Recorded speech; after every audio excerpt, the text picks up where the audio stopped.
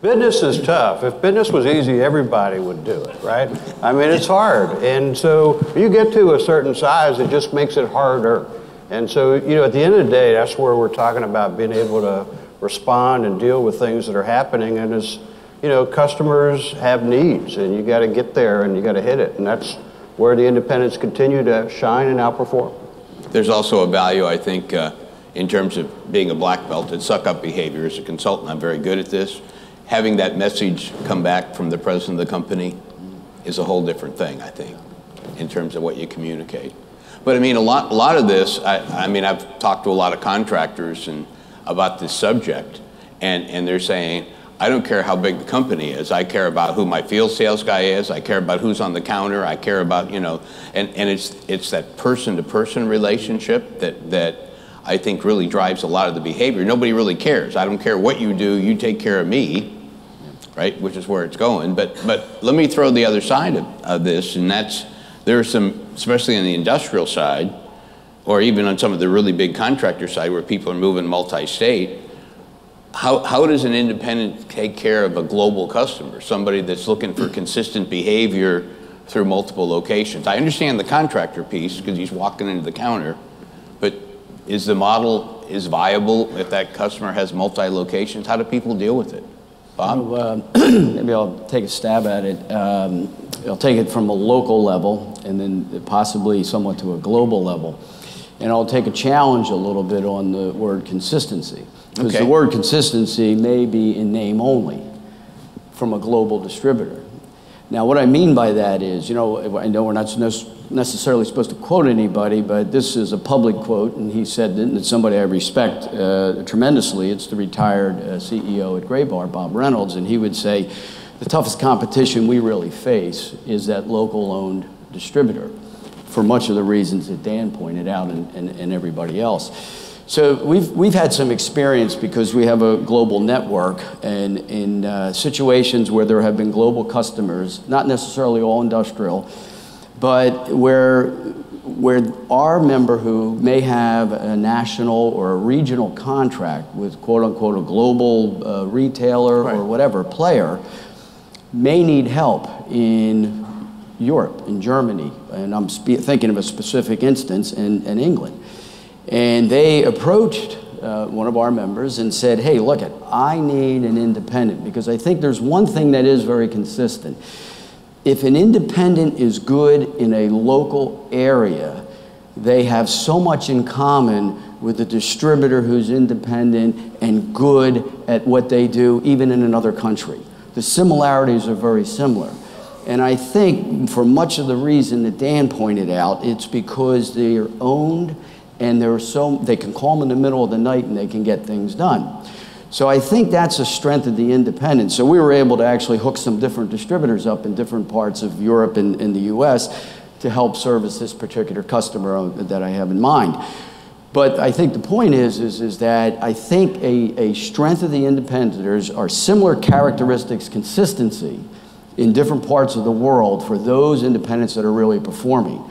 Where I think in a large multinational, the consistency in terms of service may not be the same as it is in different countries.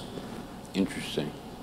John, you got to take on it? That's a really good question, and I would probably break it down a little bit. I would look at, from an industrial standpoint, large global companies that look at, you know, a more uniform relationship across their and I think that's a real, you know, that's potentially a real challenge. I do think that, as we are prone to do, the independents look at an issue and try and come up with some sort of methodology to deliver a solution. In this case, through AD and Supply Force.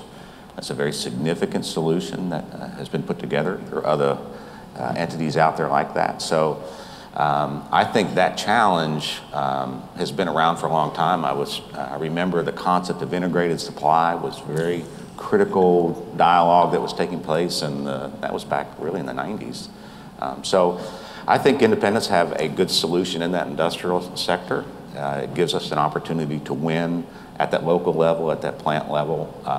So I think, as we're prone to do, we tend to try and come up with solutions. I do think in the commercial sector with the very large contractors, I do think that creates more of a challenge. I do think that that is where their model of having, needing multiple markets, many states that they may cover, they want a sort of consistent model. I do think that creates a challenge for independents that may not have a certain scale.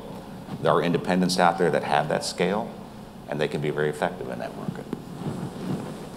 Yeah, well, so when I look at the strengths of independents, on the other hand, they have some areas where they have competitive disadvantages. And so certainly in the arena of, industrial MRO customers that are looking for a geographically spread agreement with the same price and the same issues, so that becomes a challenge or a weakness when they can't meet that. And that's correspondingly a strength of some of the nationals, where companies like Graybar, Wesco, Grainger are able to play effectively in that space. So what we do, Bob at IMARK and us at AD, and also John Burke at Supply Force, is try to provide opportunities to help independents collaborate on different fronts to offset some of those competitive, disadvantages. And so, can independents successfully collaborate? I think they've proven that they can. I think they, in certain areas, while maintaining their independent entrepreneurialness, their own drive, they found places where they can work together effectively in order to offset some of their weaknesses. So today, Supply Force has maybe $400 million worth of national contracts on the electrical side, serving some of the Fortune 50, 100, 500. I mean, it's impressive, and it's not the only initiative like that does that, or the only example of independents effectively collaborating. So there are opportunities there to respond. And another area when you talk about the construction side is multiple product segments, collaboration with distributors across different industries and the issues associated with channel conversion. So independents by themselves don't have to solve every problem if they're willing to work together with others to be effective. I remember one of the people I thought was a rock star, still is, although he's looking at things differently, is Chuck Steiner. And he knew how to make money better than anybody I ever met in my whole life. I mean, he was my rock god of making money. And he said you had to do two things if you wanted to be successful in electrical. You had to belong to NAED and be involved in it, and you had to belong to a group. And he said, if you don't do that, you're never going to win. One of the other things, and I mean, the point Bob brought up about there's consistency and effective leadership, and those companies aren't that different when you talk about different deals. And one of the things I've found with a lot of these national accounts, people are not looking for the consistency so much. It got me thinking about it. They're looking, I want to leverage my purchase volume. I want you to give me a discount. And what I really care about is not the consistency of service, right? What I'm trying to do is leverage this whole thing. And there are companies in the electrical business that just don't even do it because they don't want to play. So, I mean, it just gets kind of interesting to see how it goes. George? It absolutely is a challenge to service national or multinational industrial customers for independents. And there's two things that we're trying to do. One is we're one of the smaller founding members of IM Supply. That's a brand new national account initiative where distributors have gotten together through our IMARK association to help us solve part of that pricing, leveraging pricing problem. Right. The other thing we've done on the local level is start to develop, we've taken our automation team, consolidated them into one group, and now charge for solving problems that we used to give away wrapped up in the price of the product. What? You say a bit more about that. So industrials have had, they have the same problem everybody else does, right? We all have demographic challenges, right? So the generation of maintenance folks who came in, who learned how to program PLCs or fix drives, install them, program HMIs, all of that, those folks are starting to retire. And so there's a real need for companies that can come in and help program, help troubleshoot, help fix problems, along with specifying product. And there was a day where we wrapped all that up into the price of the product, and we stopped doing that about 5-6 years ago. And we've effectively found a new way to get into industrial spend, and that's through programming and service work. So it's services, not, yes. Right, not gross margin on product. So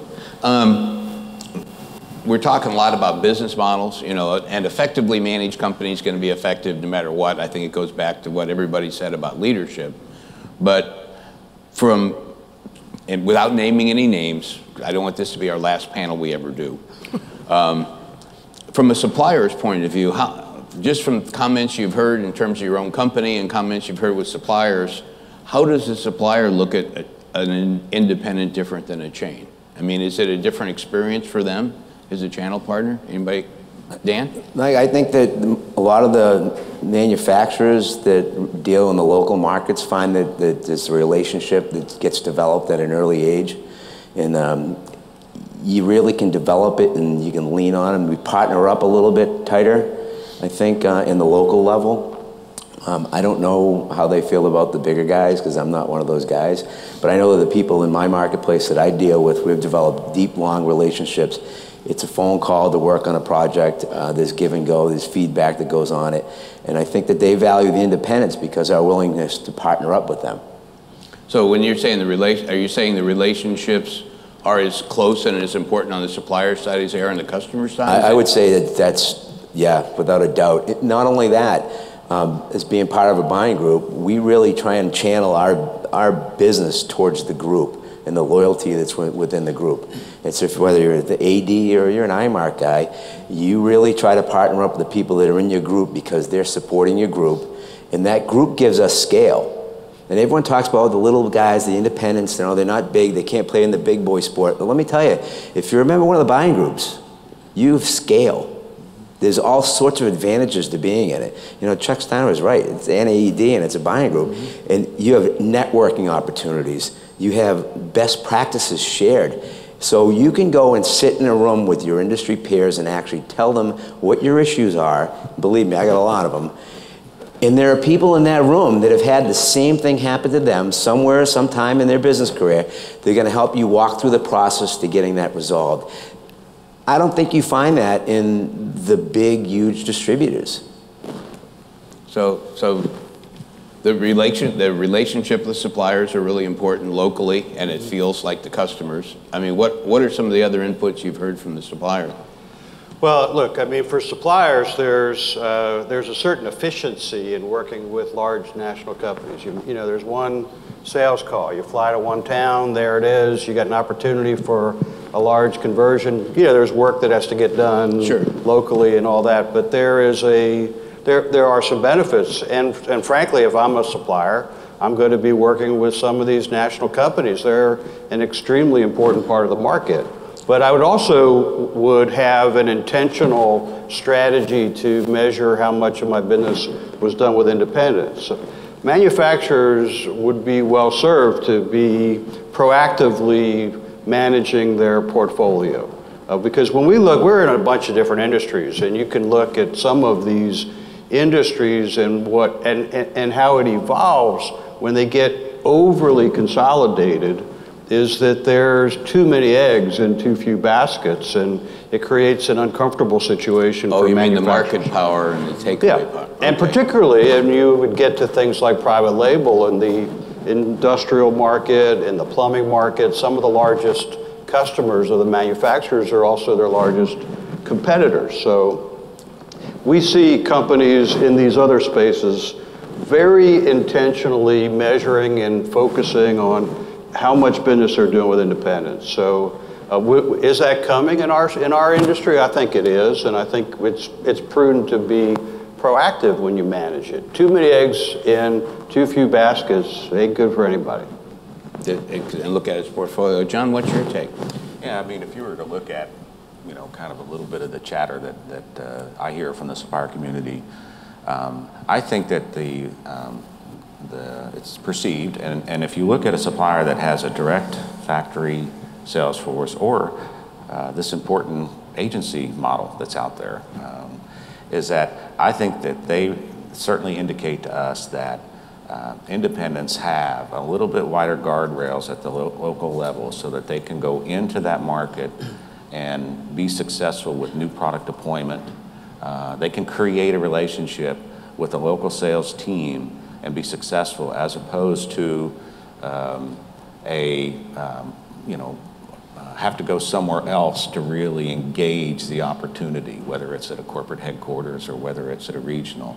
I think independents provide them more access to the market, and this in a way could almost be a little bit of a detriment, but it's offset, I think, by a number of positives. We're a little bit looser. We give more autonomy to our field team, our branch management, our area sales management. They can make decisions that they think are effective to deploy a manufacturer's new It's more product. Decentralized, you mean? Yeah, more decentralized, right, would be the best way to put that. So I think that's what I think they recognize. If you're trying to differentiate, as you said in your question, the difference between an independent and a large national, I think we give them a little bit more flexible entry into the market because we're a little bit more decentralized. Interesting perspective. I like the portfolio idea as well, but not getting too much concentrated with too few guys. I mean, Bob, George, you guys have anything in particular kind of hits you about how suppliers look at independence? I absolutely agree with we all want to manage our risk. Too much business with one customer, that's more risk, right? But I think the lesson for manufacturers is the same lesson that I mentioned before for distribution, which is some sense of humility when you're serving smaller folks. They want to know that they're important to you. They recognize their spend isn't as big as others.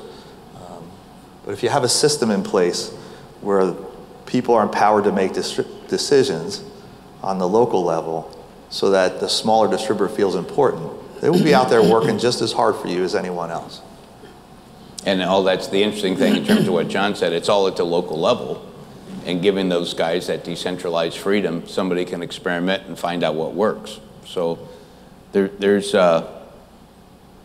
one other issue that goes with the supplier thing, and that's we did some work for NAED last year on continued supplier consolidation.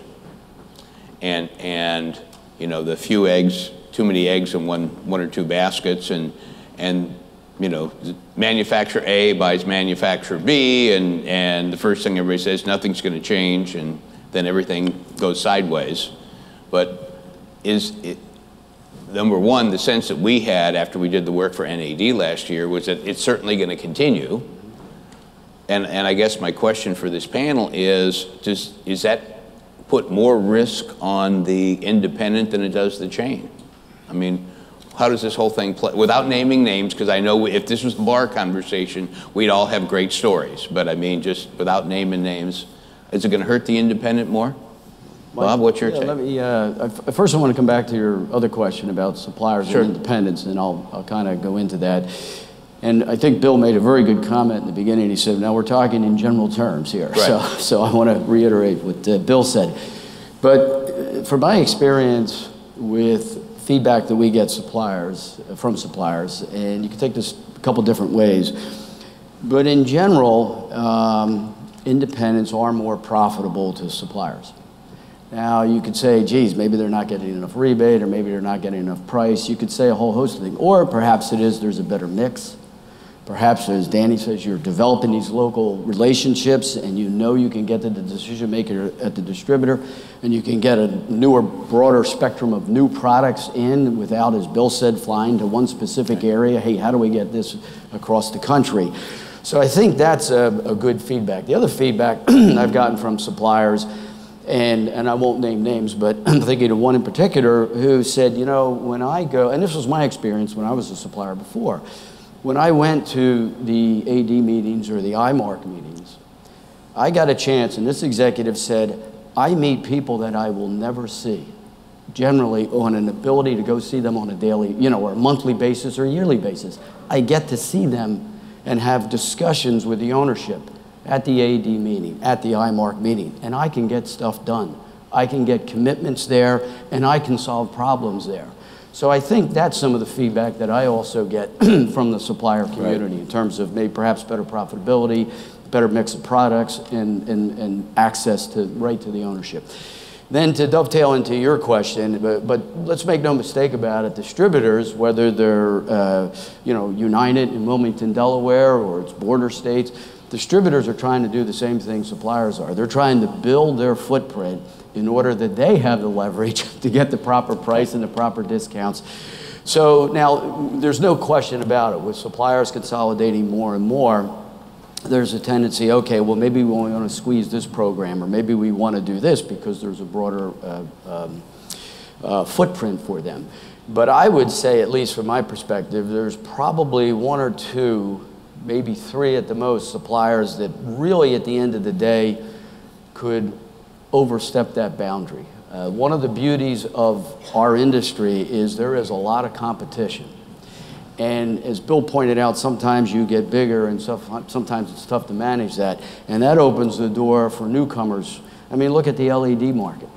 I mean, for crying out loud, you got 10,000 suppliers. So we have a system and we have the entrepreneurship that there are a lot of different newcomers to the market that help keep other suppliers honest. But it is an issue, but we're all in it together. We're all in it, let's put it that way. Yeah, so it's like we're raising a plate of food, one side gets up too high, the peas fall off, the distributors are doing the same thing. And